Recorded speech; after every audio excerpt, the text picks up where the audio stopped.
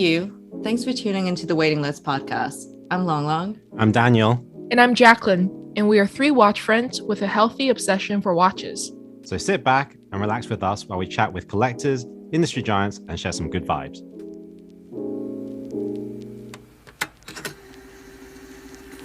Hey guys, we're really happy to welcome a good friend of ours, Ralf Struder. Welcome to the show. Hi, good to be with you guys. Hi. Right. I've got a confession to make, which is every time actually, Rolf, I hear your name, I think of Apple Strudel, from that Inglorious Bastards kind of movie, where the guy's like, there's that strudel. And I just think about like the cream and, I have been known to be very impartial to desserts. And every time I think of your name, I think of that dessert. But on a different note, well, to say something to that, Daniel, in fact, the favorite food from my mother is her apple strudel. Oh, with vanilla sauce. That's the food of my childhood. So that makes sense. Even though the name is not Struder but Studer, so it's a little bit of a difference in German. Yes, apple strudel is one of my favorite dishes.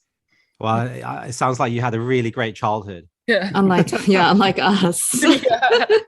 And I wanted to ask, like, hey, did your mom make it? Because in Asia, I think the moms would have gotten it out from a box or something and just put on a plate. Yeah. Well, maybe in Switzerland, that's one of the things that you really have your own vegetables. We have our own apple tree. So now my mother still makes with my daughter apple strudels from our own apples. And I think it's very important that the kids also learn this, where do things come from? Milk doesn't come out of the box, it comes from a cow, right? And to understand that and live with the seasons, I think it's very important in the That's really nice. Right. Right. So we're going to get back to watches now. We're recording this between Dubai Watch Week and Christmas. So how was Dubai Watch Week for you and Oris, Rolf? Well, it was our first participation in Dubai Watch Week, and it was a great show. It was, I think, what luxury these days needs to be about. It's very inclusive as opposed to exclusive. It's meeting people that come from very different parts of the industry, but have a common interest. And I think that's what our passion is about, what mechanical watches are about, to look at that topic of mechanical watches, of jewelry, with different interests from different points of view, and then to take energy and joy from that. And that's exactly how Dubai Watch Week was. So kudos to them for organizing this, I think, industry-leading events now for the fifth time already. Right. So let's go a bit more into that. Obviously, one of the biggest watch fairs, Baselworld, is kind of like folded and is no longer. When you say it's like one of the leading trade fairs now in Dubai Watch Week, and it's inclusive rather than exclusive, what was the difference? Where are the differences that you see between what you've just experienced and what was before? Baselworld, we were always very close to Baselworld because we are near Basel, right? We are in the Waldenburg Valley, which is a little Jura Mountains valley, 45 minutes out of Basel. So I am very sad personally that the Baselworld isn't there anymore, also because I like it as a showcase, not only for mechanical watches, a showcase of brands, but of the whole industry. But also it became a very old-fashioned event. When I joined this industry in 2006, it was the moment in the year for the industry, right? And it's very exclusive, and you walked past these booths that wouldn't let you in, and you were impressed somewhat by that, right? But this is exactly the emotion that I believe we have left behind us. And now it is about celebrating the joy you have about, in our case, mechanical watches, no matter the price point or no matter what exactly it is. And Baselworld didn't make it to that new form of perceiving luxury and was stuck in this status-driven, ego-focused way of looking at watches and jewelry, and that just had to go down, right? And now we see it at Dubai how it can be and how much more enjoyable it is if you just relax a little and enjoy it instead of trying to impress others. What is the main benefit for a brand like Oris to go to these shows? What do you go for?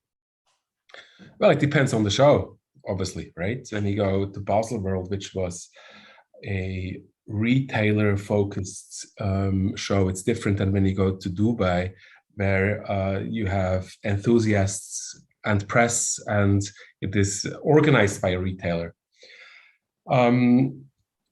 And that's also where the different spirit of these fairs comes from. So Baselworld, Watches and Wonders next year, that's also a moment when you sell watches. It's a commercial moment also.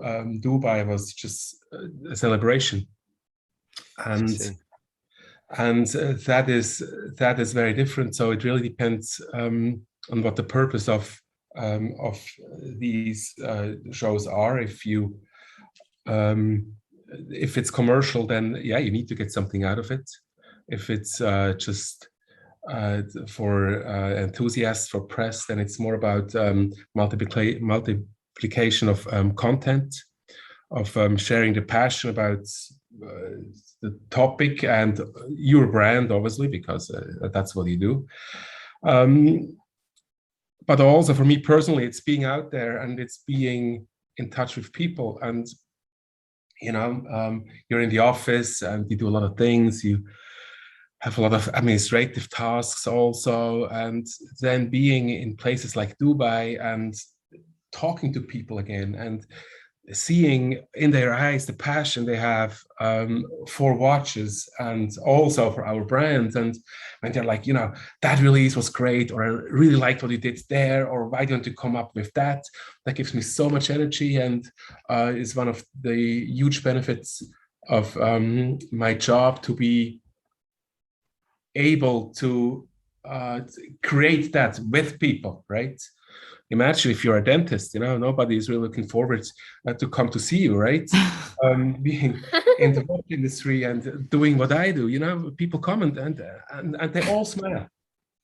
Dan, sorry about that. Dan used to be a dentist.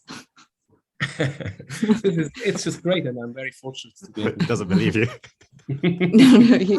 But nothing's changed. No one wants to see you still. Yeah, nobody wants to be my friend anymore. Yeah. But it sounds very much like Dubai Watch Week's more of a communications platform, and Watches and Wonders more where commercial, basically you're doing a lot of your selling perhaps around the world. Would that be a fair understanding? Yes, absolutely. And I think being out there, being a watch enthusiast, it's important to see what these shows are about, right? And sometimes you complain that they don't do what you expect from them, but maybe that's not the purpose of this particular event. Nevertheless, I think these things need to come together, and if Baselworld had done a better job in doing that, maybe it would still be there. Even though now going to Geneva Watch Days and replicating to some extent what we have done in Basel and what many people have criticized Basel for, I think is not yet what we should expect from such shows, but I am sure this is going to develop now over the next years. I think there's a lot of openness in our industry at the moment to develop new forms of communication and new forms of interacting with each other also across different groups of stakeholders. Right. With the fairs kind of intermittently spaced around the year, what does it mean when it comes for a product development side? Because traditionally you had, essentially you're just going to one fair, which was Baselworld. It was kind of set towards like Q1. Your orders were going in Q1, and then you're maybe delivering like Q2, Q3. Yeah, are you constantly finding you now have to release new product all throughout the year? Because otherwise, from a communication standpoint, if there's not a lot to talk about, there's just not a lot to talk. The content's a lot harder to make as well, right? Yes, it's absolutely true.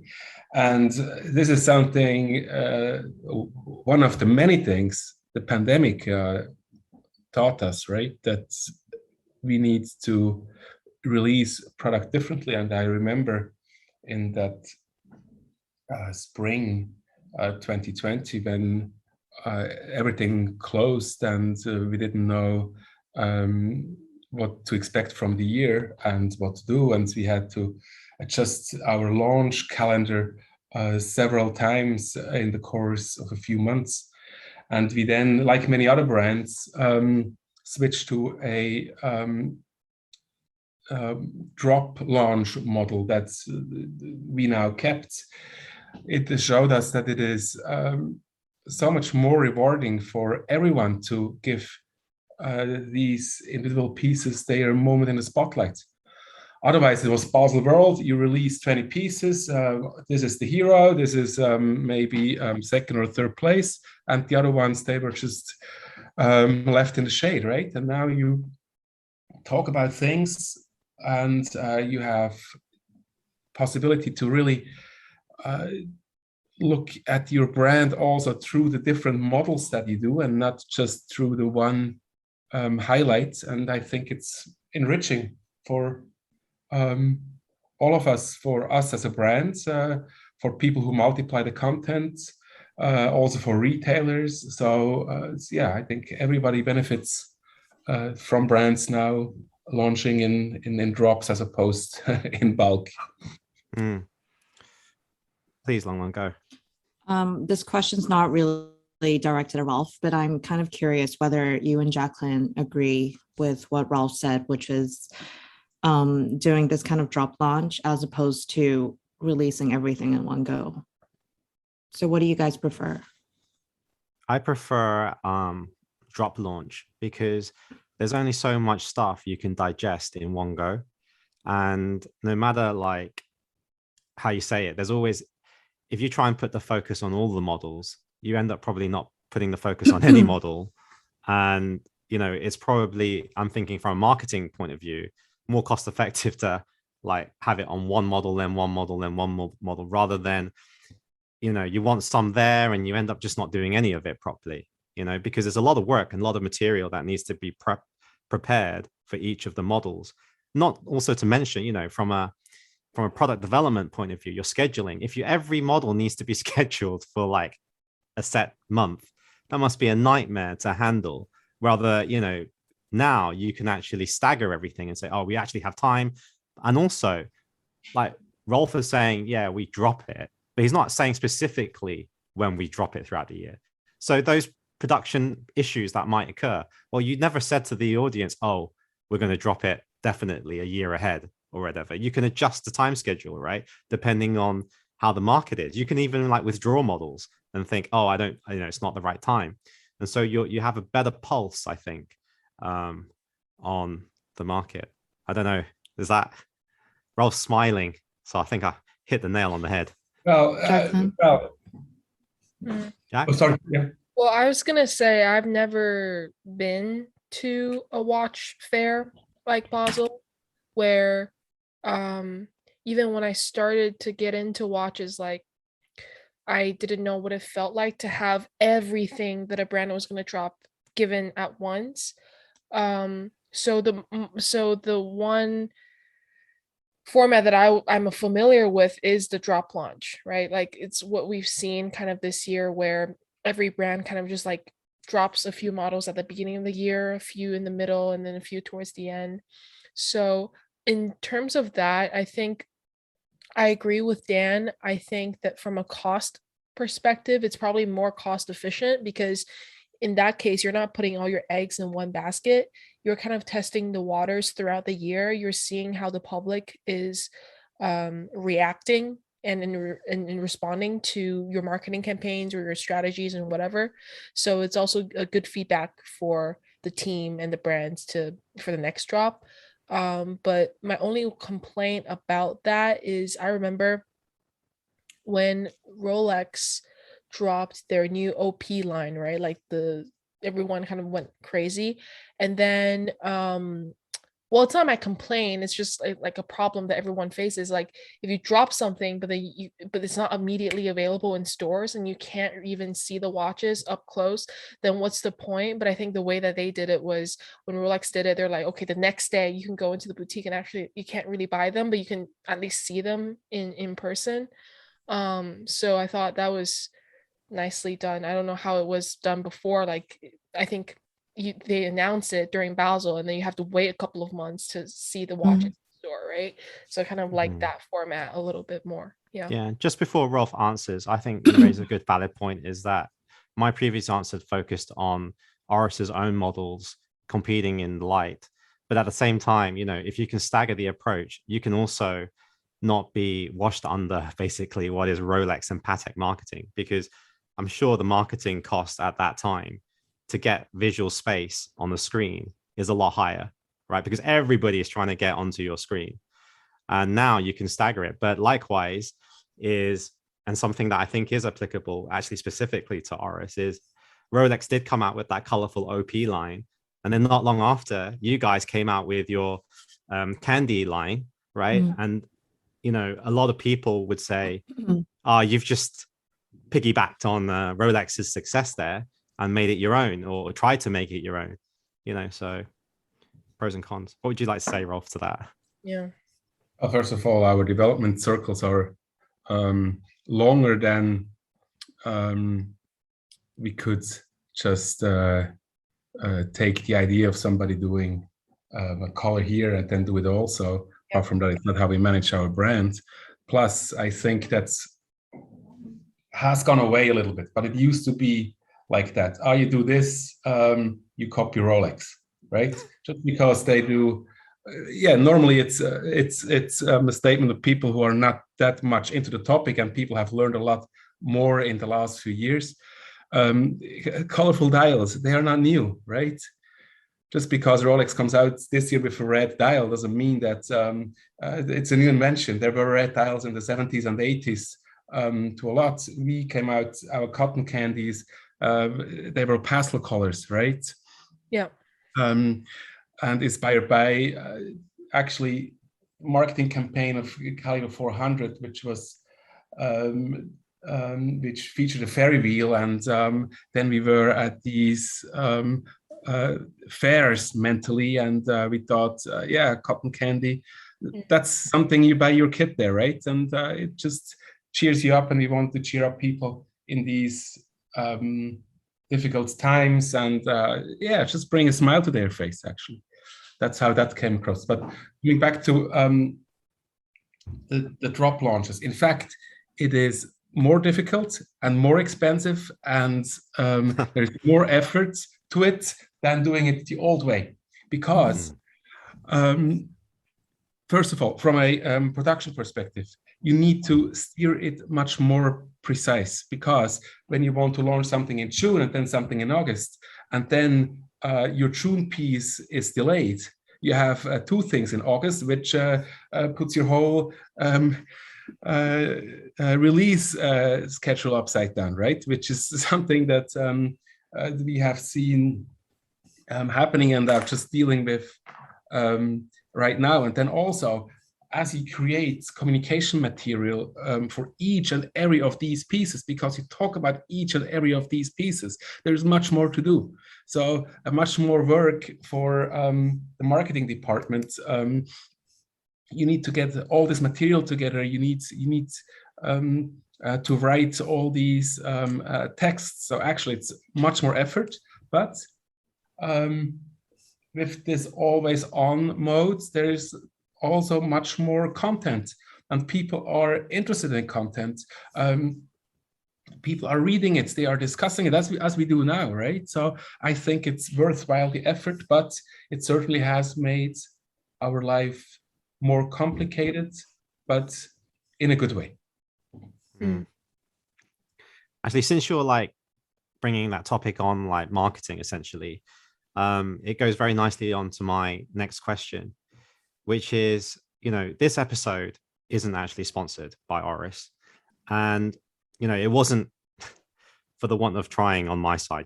I really actually tried to make that happen, but it didn't happen. But I was always wondering, like, now, going not numbers, but percentage wise, how much are you like spending on like digital and then versus print? And even like, in Hong Kong, right, you have billboards and advertising, those really big, and they must be really expensive too.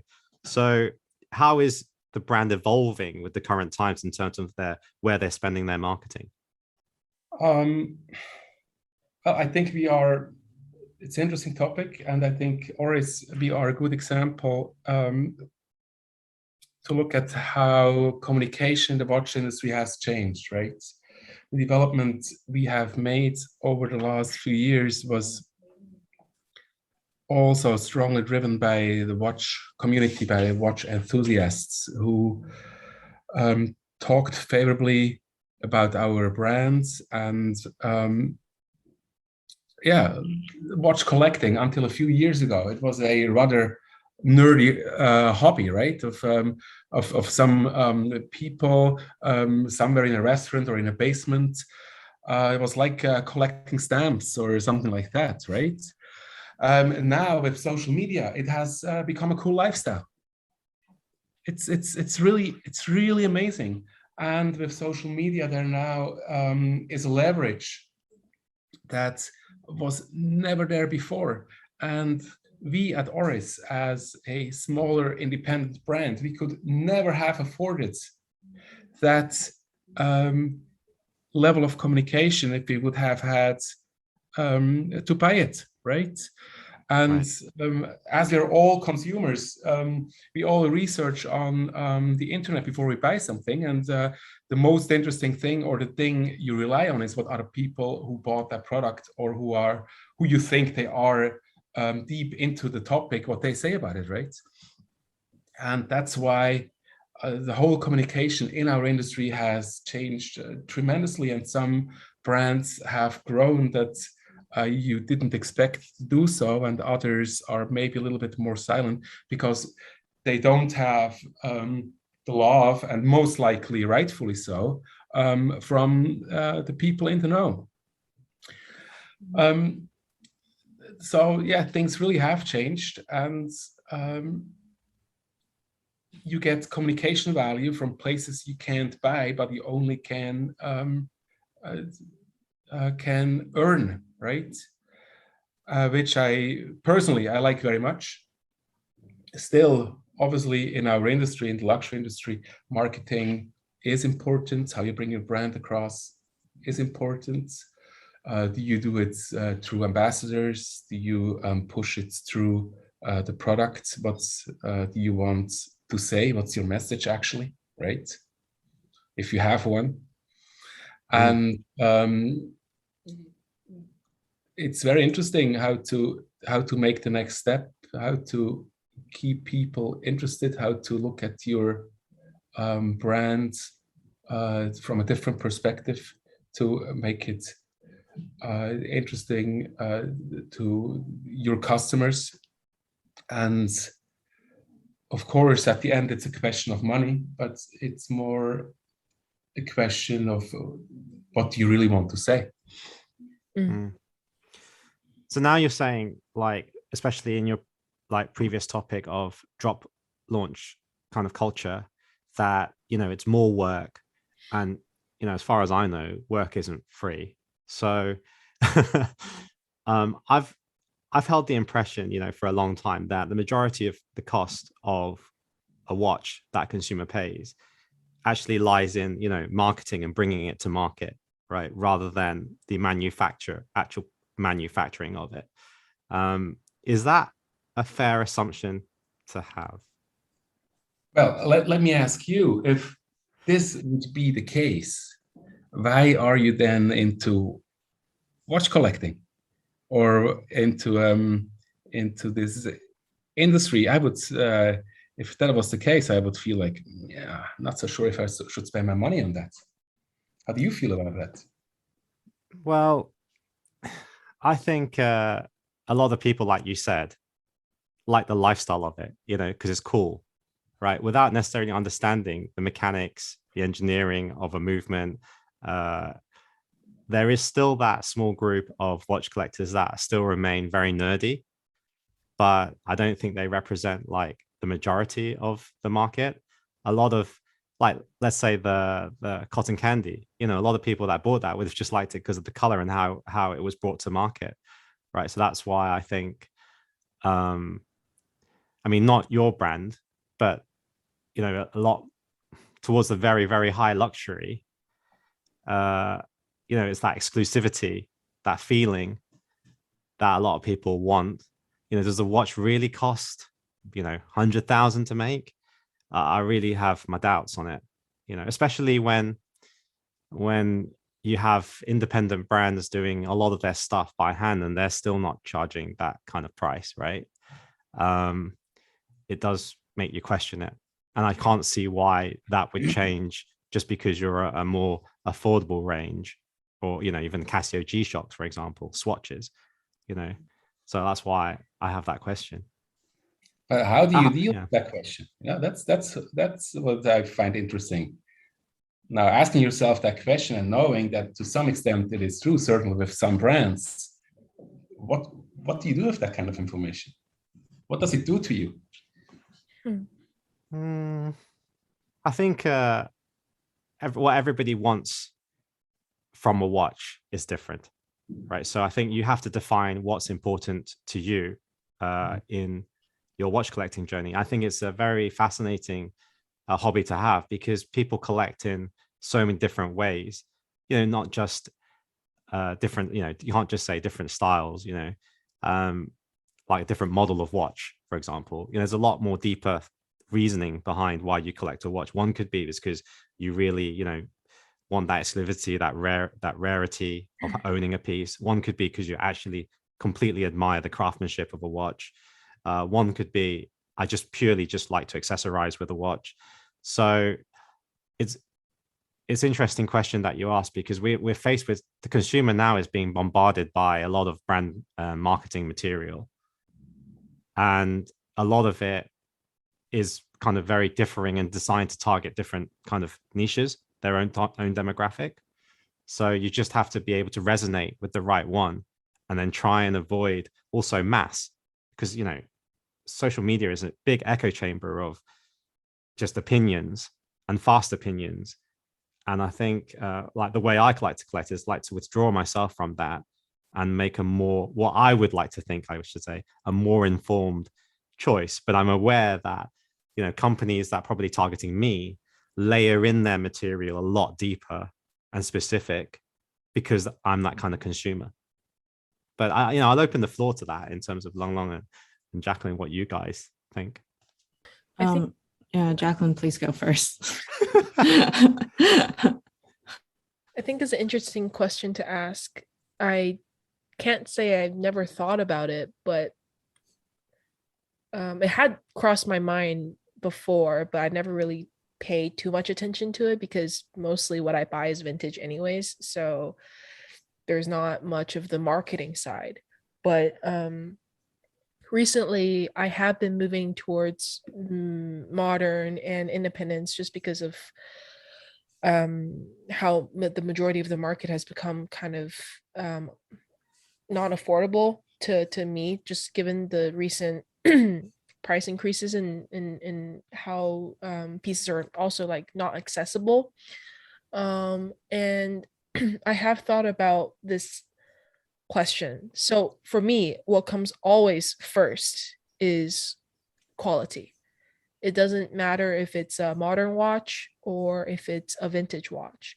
Quality and condition are what I care about the most.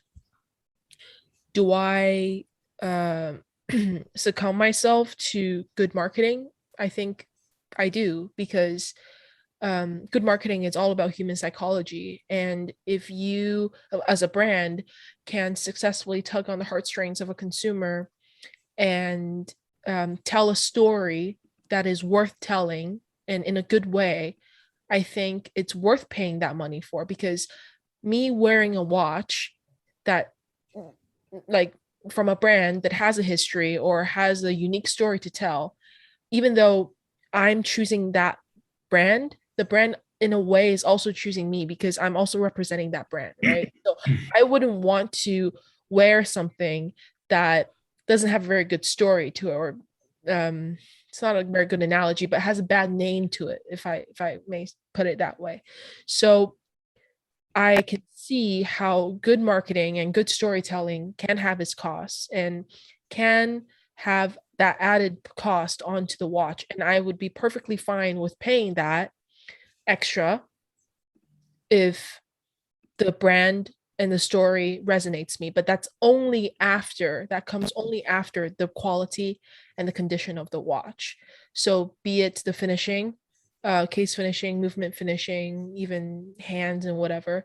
So that has to resonate with me first before everything else comes.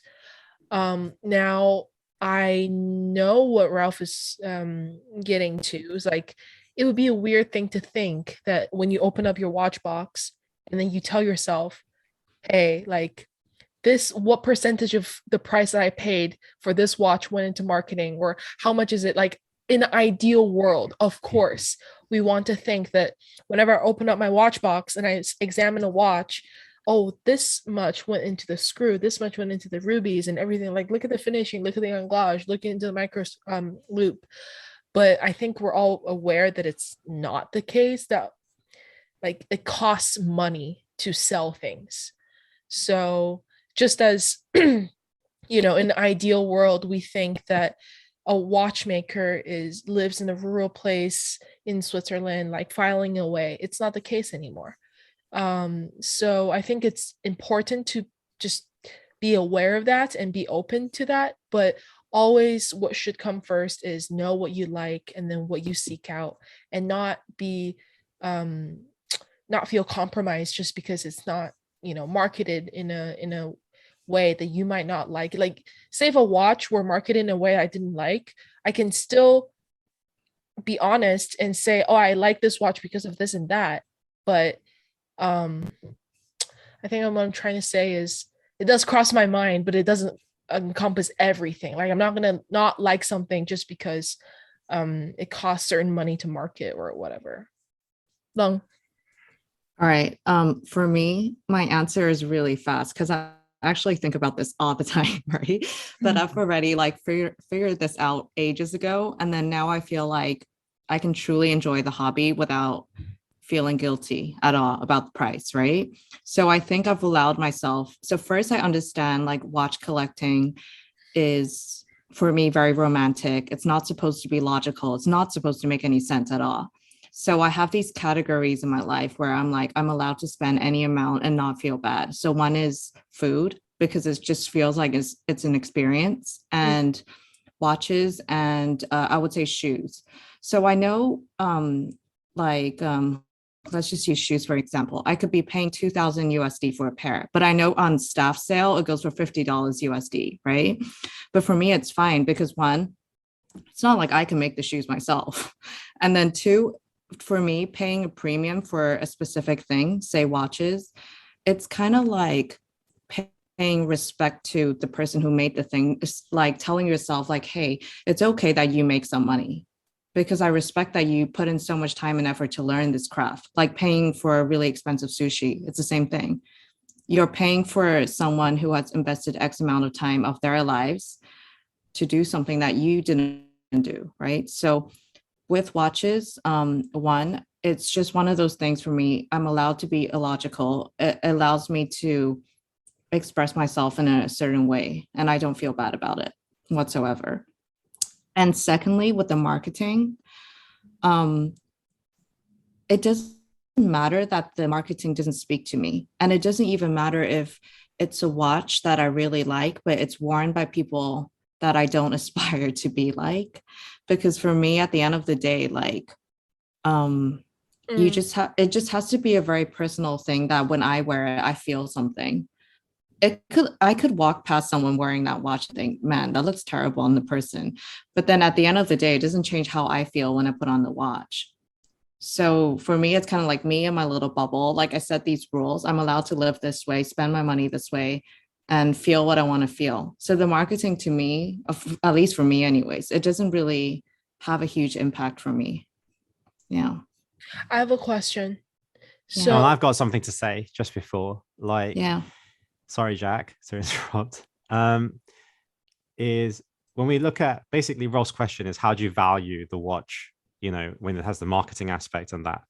And you know what? Like if you look on the secondary market, there are watches that are trading way above and, you know, and people, you know, which are crazy amounts, way beyond what they cost at retail. And I guess that's the true value, isn't it? Because somebody's actually willing to pay hard cash for that watch at that price, right? Irrespective of whether the manufacturing cost or whatever cost, you know, marketing cost, whatever costs involved are, people are willing to put a price on it and say, this watch is worth cumulatively that much, right? And I guess that's the true kind of acid test. But sorry, Jacqueline. that's exactly what I was going to say. I was going to say about the secondary market. Like, what is the true price? Like Long said, she's willing to pay a premium. But I was going to clarify, like premium at the retail or premium at secondary? Premium at retail. Because I feel like premium at secondary market is when other people kind of, because other people are choosing for you the value of the thing. Like okay, I'll use sushi as sushi is a good analogy, I think. Why do you pay so much for omakase sushi as opposed to just going to a supermarket and getting it from a box?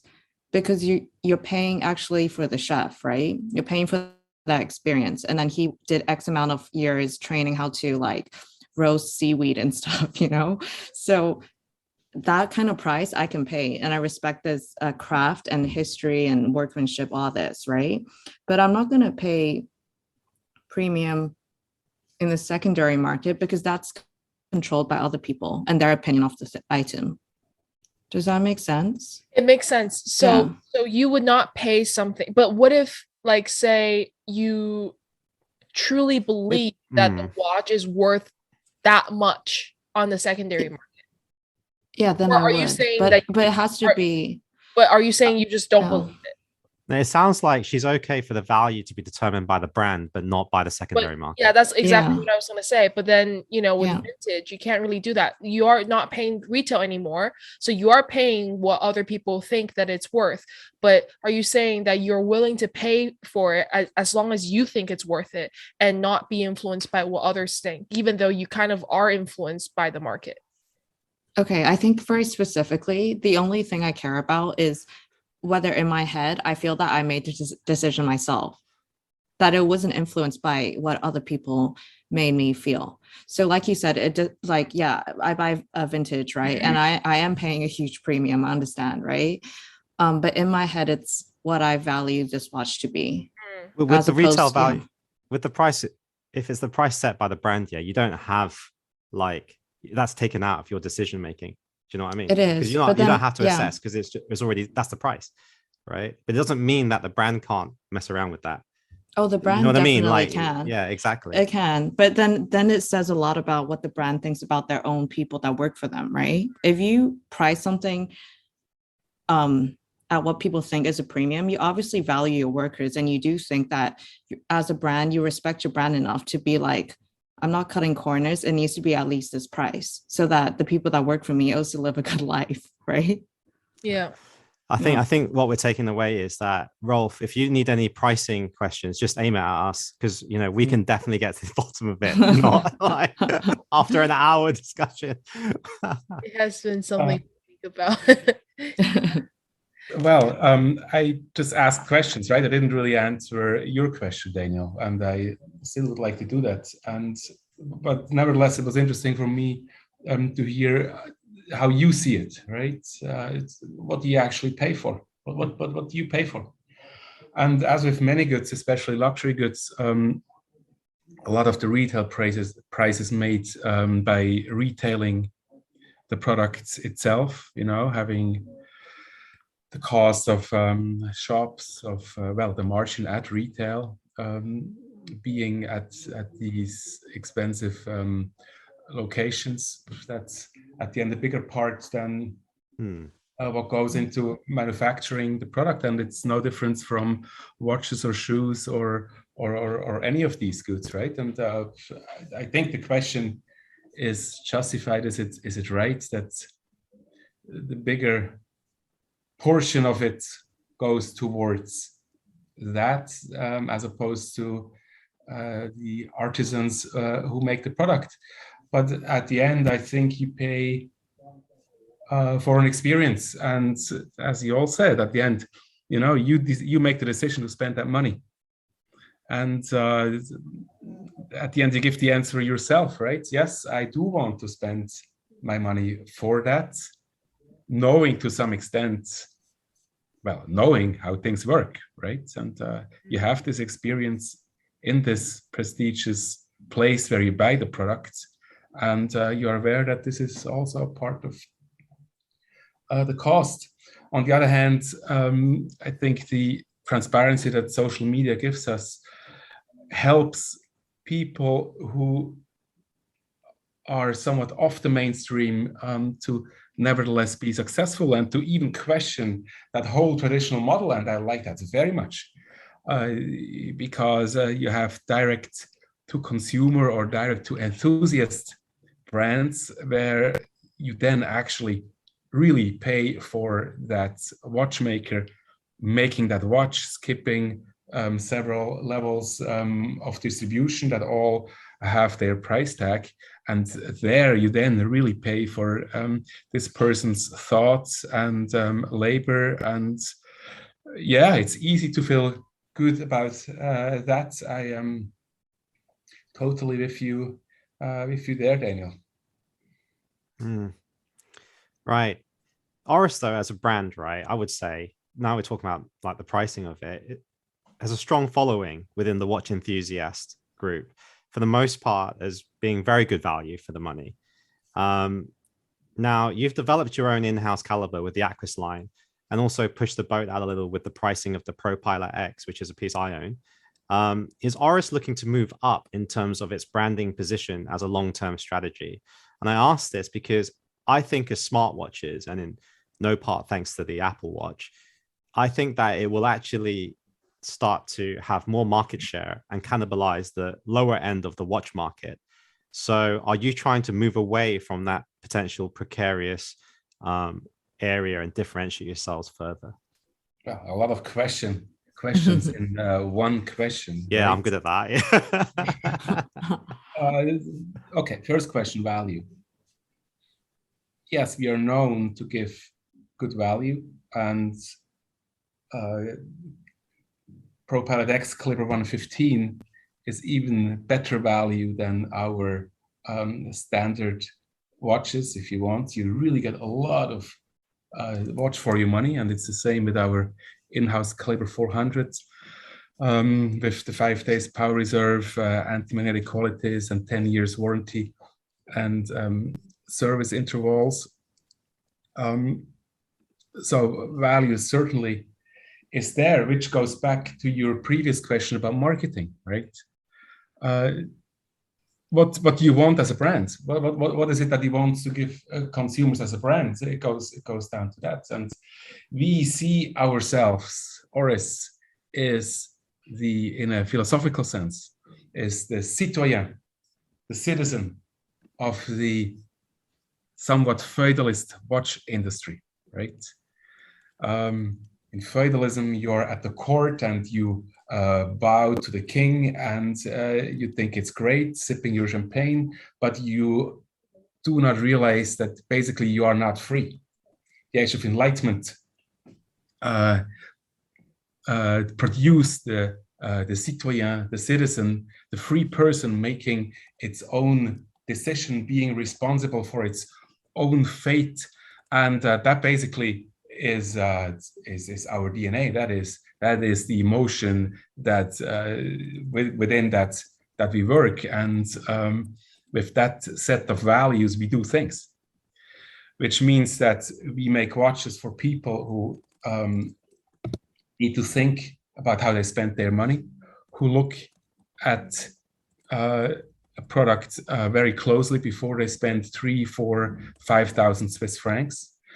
And we as a company, and I personally, I have the utmost respect for these people who have to save often, who sacrifice other things to buy an Oris watch, you know, and these are the people I then meet at these events I go to, and they show me their watch and they said, look, that's a piece I bought 2 years ago and I still love it, or who show me their Oris watch and they say, look, this watch I bought 20 years ago and it brought me to the hobby, right?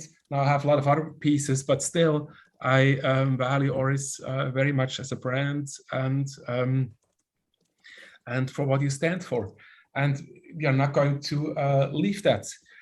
Again, it comes back to marketing, you know. How do we spend that communication money? It would be much easier to hire a celebrity, right? Put a famous face on a billboard, watch next to it. Maybe in first moment you are not sure, does this person show his watch, or does he drink coffee, or you know.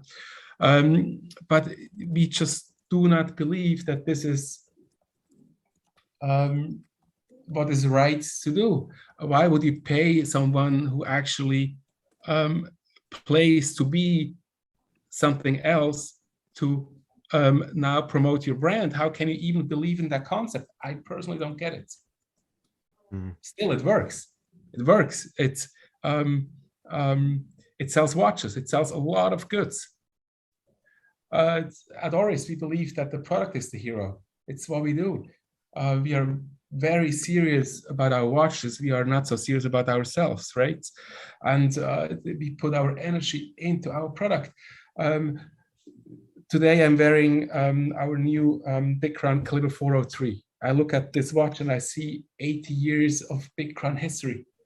And I see 80 years of being here in the Waldenburg Valley, somewhat off the beaten track of the watch industry and the German part of the Jura Mountains,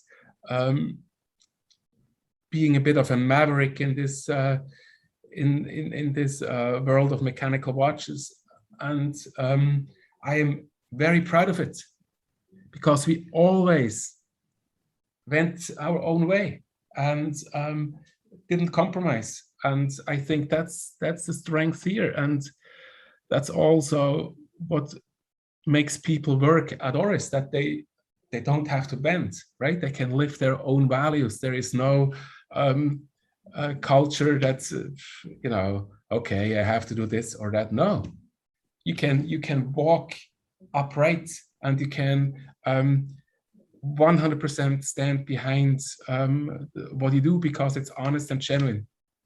And that's where we come from, and that's where we will go to. And basically, it's very easy. And to be honest, sometimes I'm astonished that you get away with doing it differently, but you do. So I don't know if that answered all aspects of your questions, but it certainly summed up the reason why we do things the way we do it here in Hülstein. I think the audience can try and pick their way through that. I'm sure your answer was in there somewhere. But, you know, one of the models that you've released, which has been really successful, actually a couple of your models now, one of them I know, like Hodinkee, the first version of the Hodinkee, and also the, is it the Carl Brashear in bronze, you know, it actually does not only hold value, it's now moving and trading at a premium. As a, you know, something else I'd like to basically ask is, are you bothered about the resale value at a brand which is like operating at your kind of price range? Is that something that you actually planned, basically? Well, it's very interesting to see what happened to resale value in our industry over the last few years, right? So yeah, just this morning read a comment somewhere a person saying, I focus on collecting pocket watches because there I still get good value for my money, and I get good quality products at a price that I can afford. Yes, of course, we do look at resale value, and it's important that the mechanical watch that you do, it keeps the price to some extent because it's there for decades. Is it a reason why we do things? No. Still, we make watches, as I said, for that citizen that's able to spend 3,000-4,000 Swiss francs for a mechanical watch. And I'm glad to see if the watches sell for a similar value, that a product that is not per se collectible also because of the quantity that it is made in loses a little bit when it is worn. I think it's understandable. It's the same with cars or other objects too. But from a personal standpoint, I do appreciate that resale value has gone up because it shows that these products are made for a long time to come. And I think as an industry, this is one of the messages we give, right? That we do things that last. And a mechanical watch is somewhat the opposite of the IKEA culture we live in today. And that is a big part of the problems that we have, this throwaway culture. We only mess things up for a very short time, like 2 generations, right? Our grandparents, they lived a very sustainable life. They consumed with the seasons. They had things they kept for their lives, be it a watch, be it a tool, be it shoes, be it a suit. And only in the last few decades, we went into the habit of just buying things and throwing them away, and that this is not very smart to do. I think it's very obvious, right? So yeah, I think there's more to it than just the pure economical side. I think it's a statement that I do think is good, and it's an attitude that we try to push as a brand to keep things, to be careful with your means, to spend it on things that last, not to overconsume. And if it leads to that, then I think it's good, also from an industry standpoint. Yeah. As you were answering that question, I was just thinking that, the process that a brand has gone through in terms of, there was a big period before watches started to really gain value on the gray market, right? Where retailers were dumping a lot of stock, right? And that was having a very detrimental effect on a brand, because a lot of these prices were very transparent, especially with the advent of the internet. I think maybe, I don't know, if retailers chose to dump stock before pre-internet, they could at least maybe get away with it, But now, since the actual watches are potentially being advertised as new next to a new watch with a huge 40-50% discrepancy, that was a huge problem for brands. And I think in the last 5-6 years, the brands have now realized how to utilize the gray market and use that as a marketing tool to market their brand. It took a while, and now you have less talk of people dumping stock. Like before, I used to hear it a lot, right? But now it's become less of a topic, because I think the brands now have found a way of somewhat manipulating it a little bit more, right? By controlling the production, hyping things up on the gray, totally using it as a marketing tool. But my last question is actually related to that, is how, as a brand, do you stop retailers from dumping your stock? Well, why do they dump it in the first place, right? Because they can't sell it. Well, there's 2 reasons why they dump it. One is they can't sell it. 2 is they are just in for the quick buck and don't care about the brand, right? And the way things work, especially when you are a bigger corporation, when you're maybe listed, when you need to grow, is that you force your retailers to take stock.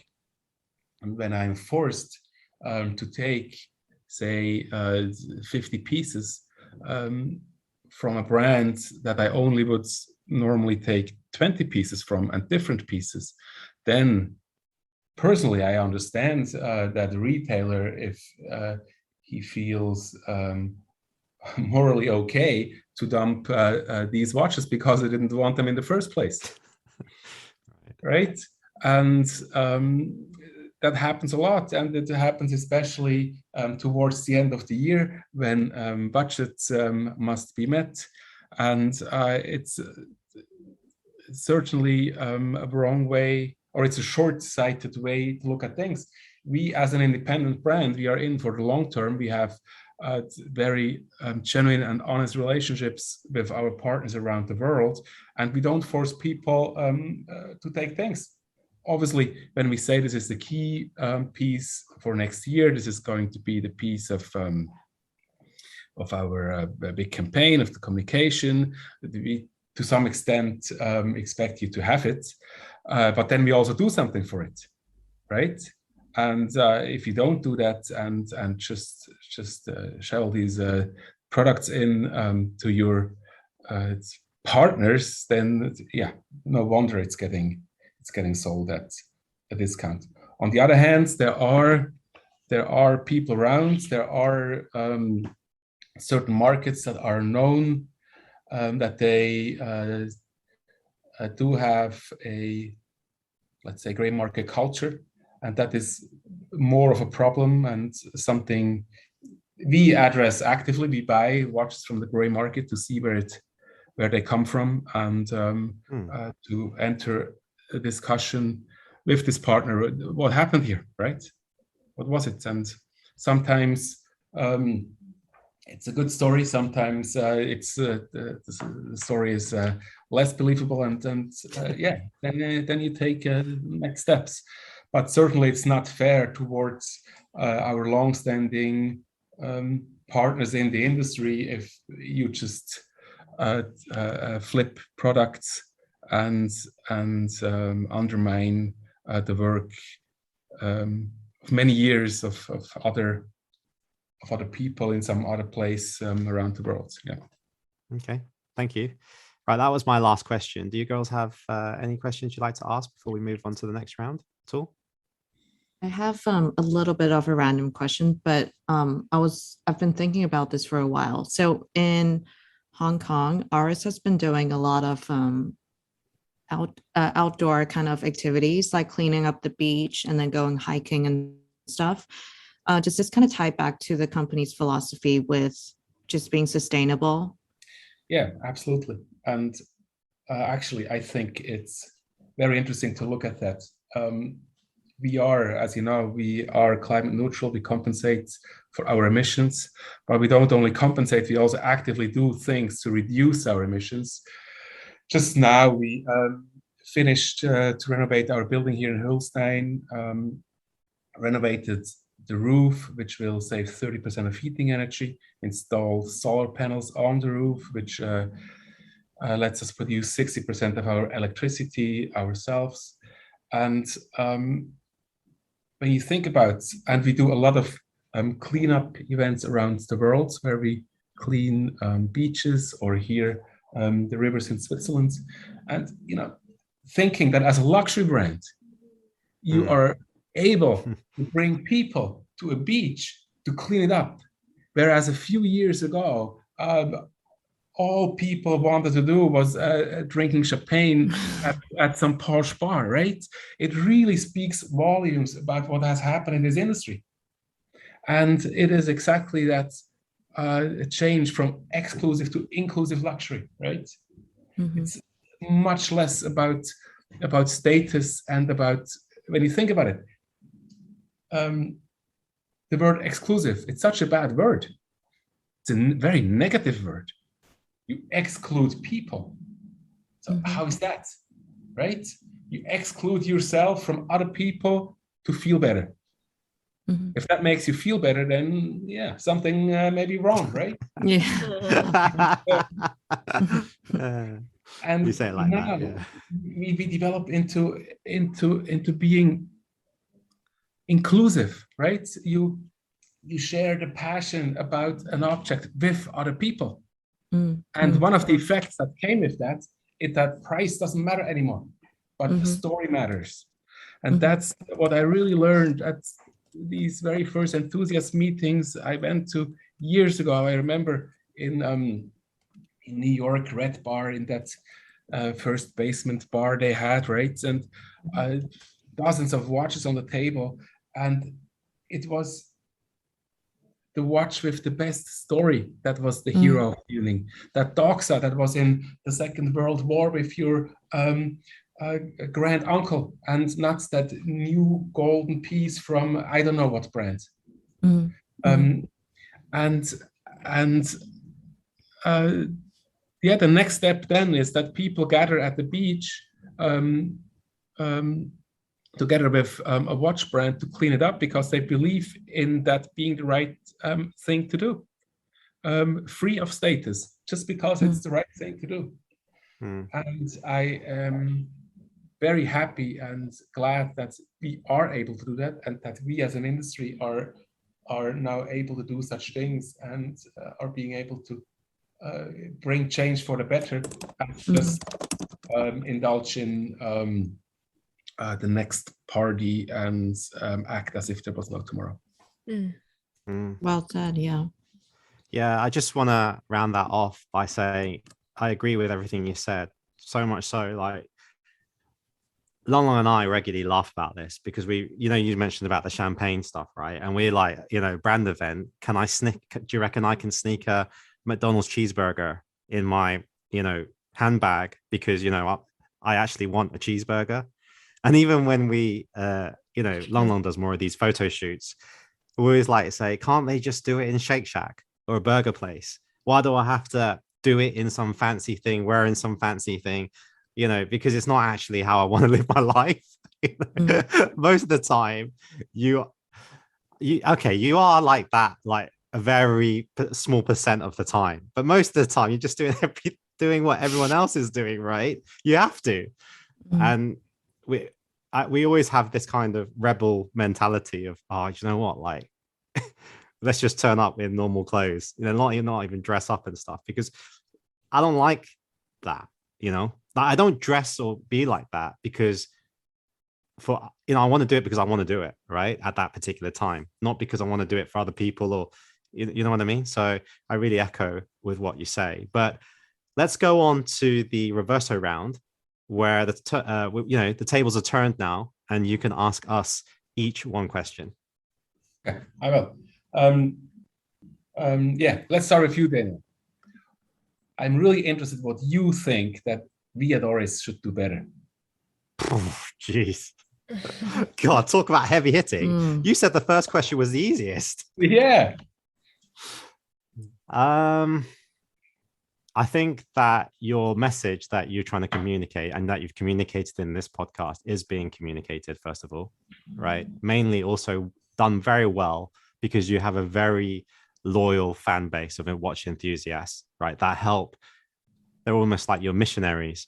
When you were talking about like how you went to, there's this guy that might have spent X amount of money, and then, how he had this piece. I was just thinking Papachu, our mutual friend Papachu.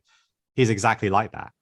He's always, and that is the most convincing marketing, word of mouth from someone who's actually bought the product. And I think Oris has that in spadefuls. And yeah, Oris is a brand that actually came to me late.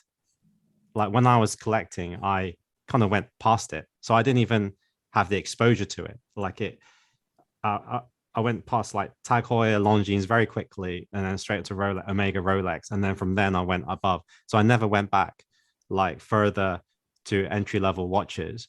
But it was only after I thought, I'm running out of space here because there's a lot of watches I can't afford now. I went back and I realized the quality that you could get at that price point. And then I thought independent brand, you know, which is very clear, different message to other brands. And that's why I bought Oris, by the way, you know, like I believed in it. And then I met you guys. And, you know, I've met a fair few CEOs. Ironically, I've reckoned that all CEOs are good looking. It must be something that you need on your CV or something. Because like they're always like the most charming person in the room. Like, but yeah, it's hard to say specifically where you could be doing better. I really like, you know, Momotaro, your collabs that you do, well thought out, good watches. Yeah, so really difficult actually to answer, but that would mean that you're actually doing quite well, because normally I can shit on a few brands as well. Okay, oh, thank you, Daniel. And well, it's actually the question I ask myself every day: what can we do better? How can we do it better? And I think you might need to change your China GM. Yeah, don't think he's doing very well. Well, the problem is I can't get him out of the country at this point in time, you know. Yeah, I think it's his ploy. Yeah, it's his negotiation tactic.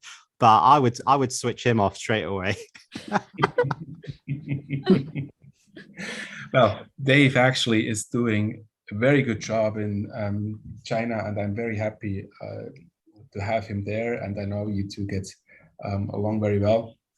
And we are just now a few days before opening our boutique in Hong Kong. That was also his project. Very happy that we now have our own place in Hong Kong again in what we stand for now at where we are with the brand now, and this inclusive form of luxury, right? It's a place where people can meet. I always, as a watch person, I always disliked this boutique experience. You know, you come in on a Saturday, maybe you're just dressed in a t-shirt and jeans because you just want to hang out. Then you go into watch boutique, you're being looked at. Can this person even afford our products? And then followed the cold breath of the salesperson in your neck, nothing to touch, all behind glass.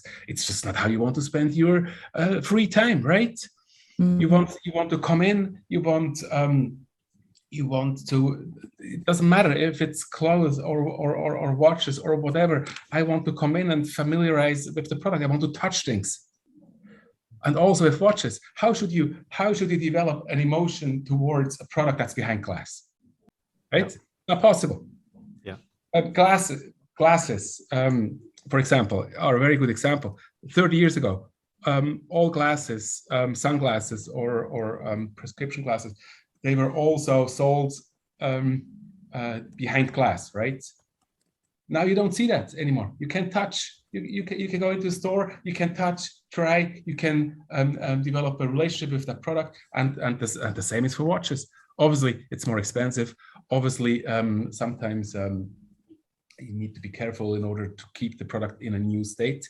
But it's a wrong perception, in my opinion, of luxury to lock these things up, because it gives that perceived status of it being exclusive while it's not. Mm-hmm. That glass between you and the product is a barrier that doesn't need to be there. And if it's there, I personally feel offended as a consumer. But that's beside the point. But in our new boutique in Hong Kong, we want to give exactly that experience, that it can come in, hang out, have a coffee, have a glass of wine or beer towards the evening, and just hang with people who like watches. And then you don't always need to talk Oris, you can talk other brands. But if you like watches, at some point you'll buy an Oris, that's obvious. And yeah, that's right. Pressure's on you two there. That's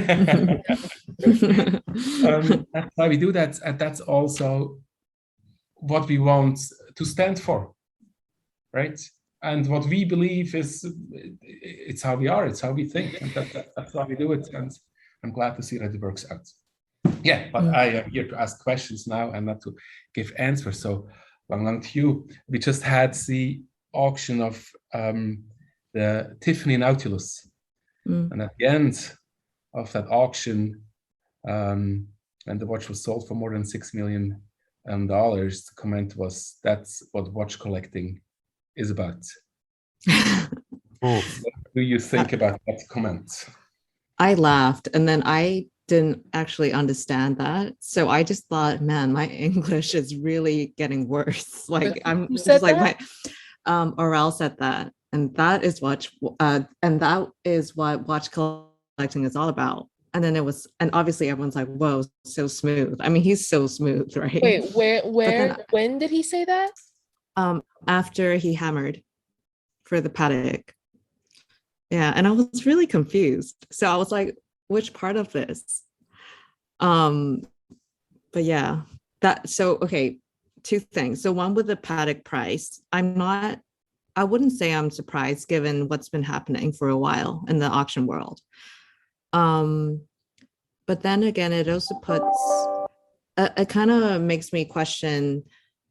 It kind of makes me question how I want to live my life and how people take this so seriously, because it goes from like, this is just a hobby, right?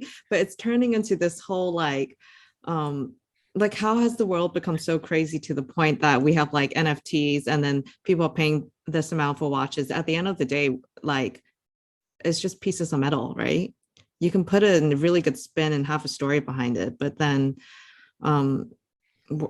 yeah, it's just a piece of metal. So my thoughts on the Tiffany dial, and do I think it's worth that price? No, I don't think it's worth that Yes, price. you do think it's worth that price.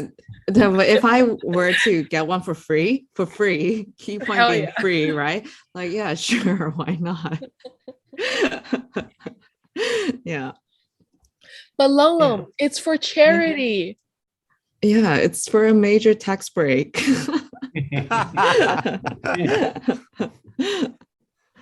But yeah. Okay, to you, Jackie.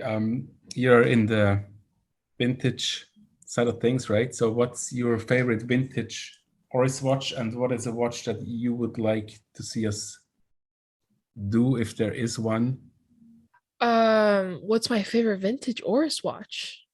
I have to be honest, I'm not really familiar with vintage Orises, but I do have to say, the recent, and Dan went to this exhibition recently.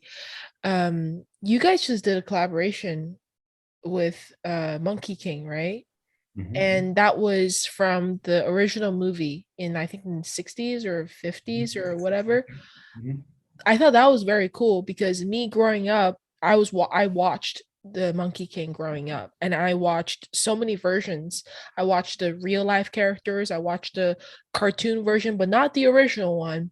And then there were several iterations of the real life like actors versions. So what made you decide, well, I guess this is like a question within a question, but what made you decide to go with the original one? And because I was very surprised by that, and I thought you guys did a good job because it's such a classic piece of film history.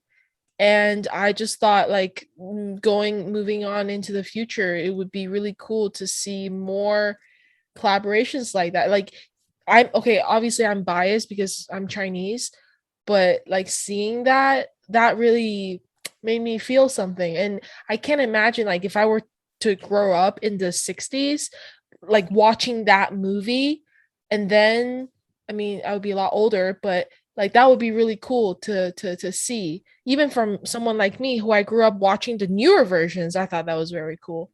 So my friend watched the old one and he bought the watch straight away. It was like, when it yeah. comes out, I'm buying it. Yeah. Yeah. Yeah, the reason why we did that is, well, first of all, it's us. It's a sign of respect towards Asian Chinese culture.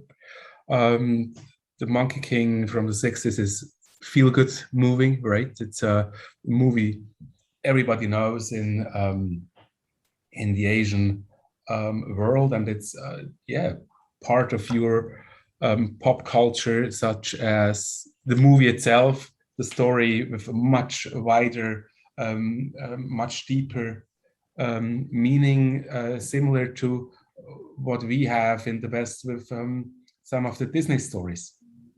And yeah, it was just paying respect towards this piece of Chinese culture, as a Swiss watch company that also does cultural things. At the end, as a watch company, what do? We comment with the means that we have from our brands on the times that we live in, right? That's basically what we do, and the result is a mechanical watch and the story that comes with it. And there it was,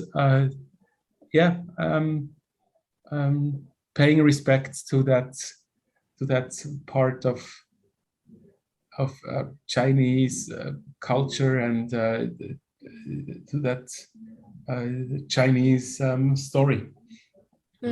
I think you used the word feel good, and I think it's a really apt word because well, even though I didn't watch that movie growing up, I have watched it at some point, and when I was younger, and I remember just listening to the voiceovers because it's such an older film, and the way that people did voiceovers at that time, there's this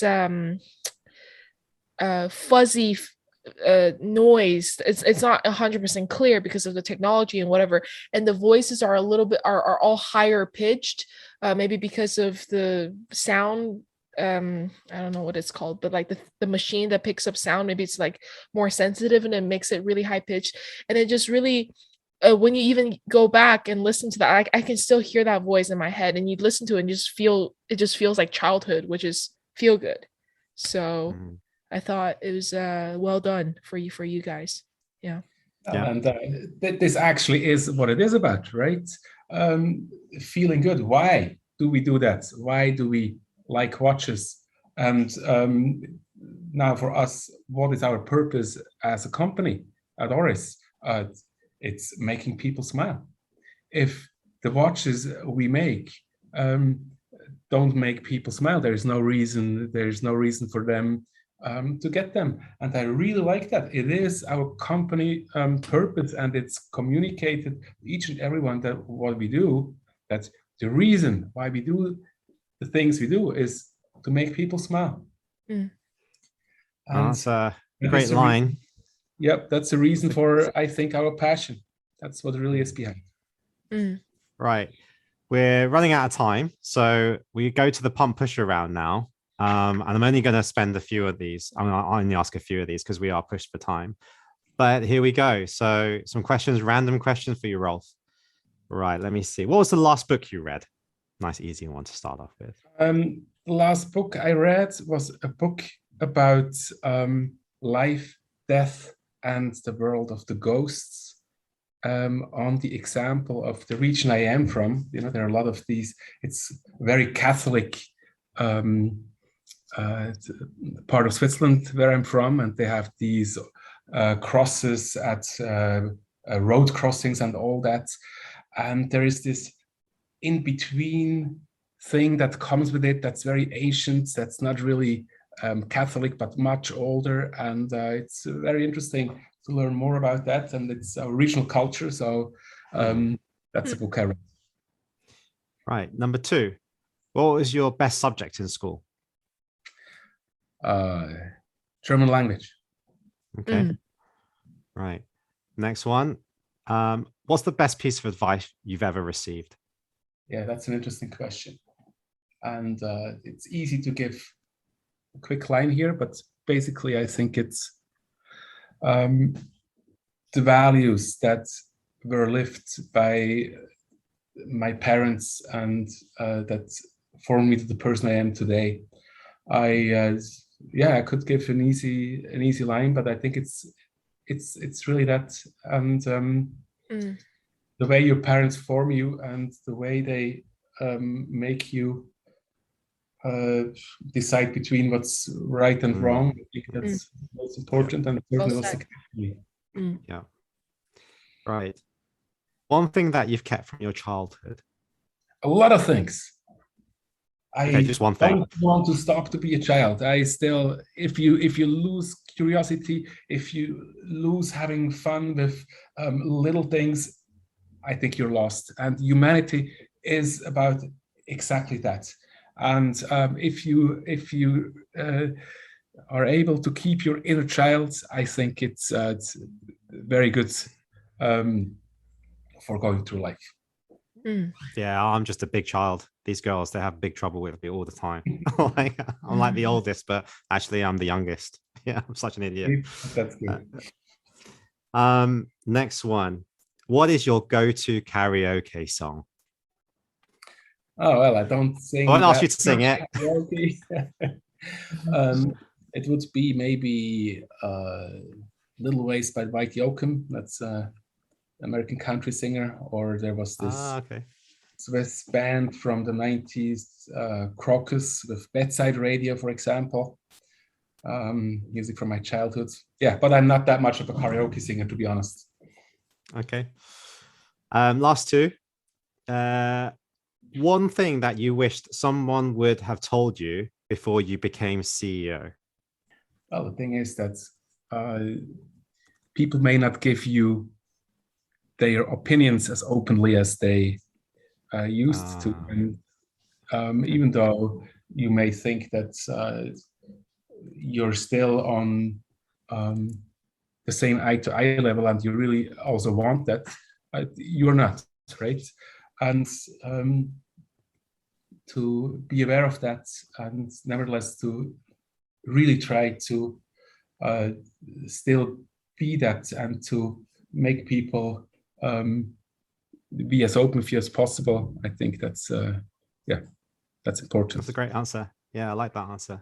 And the last one, also relation to CEO, is what advice can you give us or any aspiring CEOs on making big decisions? Is there any like advice you would do or any rituals that you do before you make a big decision?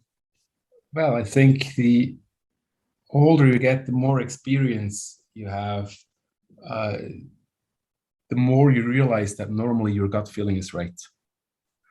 And you can do a lot of analysis, and it's important to know your numbers, especially if you are an independent company and need to look after your means, as we are. But at the end, if you feel it's right, normally it is right, and you just can go with that. Right. That was my final question. Thank you, Rolf, for being such a great sport on the show. Some really difficult questions there, and I appreciate your time on the podcast. I had a lot of fun today, and I'm sure the girls did too. Do you have any last things that you want to add before we leave? Well, thank you very much for having me. It was a very interesting discussion, and I think this is what makes it so much fun, right?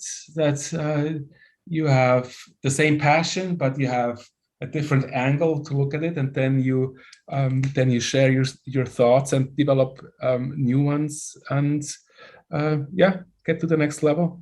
And I'm glad we could share that moment today, and I'm looking forward to hopefully seeing you in person soon again, be it in Hong Kong, be it in Geneva or somewhere.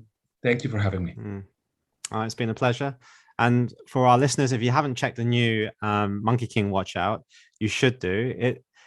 I personally think it's a great design because it's not what you immediately think like a watch design for the Chinese market would be. I personally love how they did the second hand and how it's actually very, very subtle. And that is not red. Yeah, exactly. It's not red. Yeah. So please go and check that out. If you enjoyed this episode, please make sure you subscribe and leave us a nice comment. And you can find us on the IG at The Waiting List Podcast. I think Oris is a big enough brand that you don't need me to direct you anywhere. We'll see you guys on the next one. Bye. Bye-bye. Thank you. Bye-bye. As always, thank you for listening to the Waiting List Podcast. We hope you've enjoyed it as much as we have. And if you have any questions, comments, or feedback, feel free to reach out to us at The Waiting List Podcast on Instagram or via our private accounts. We'll see you on the next one. Bye. Bye.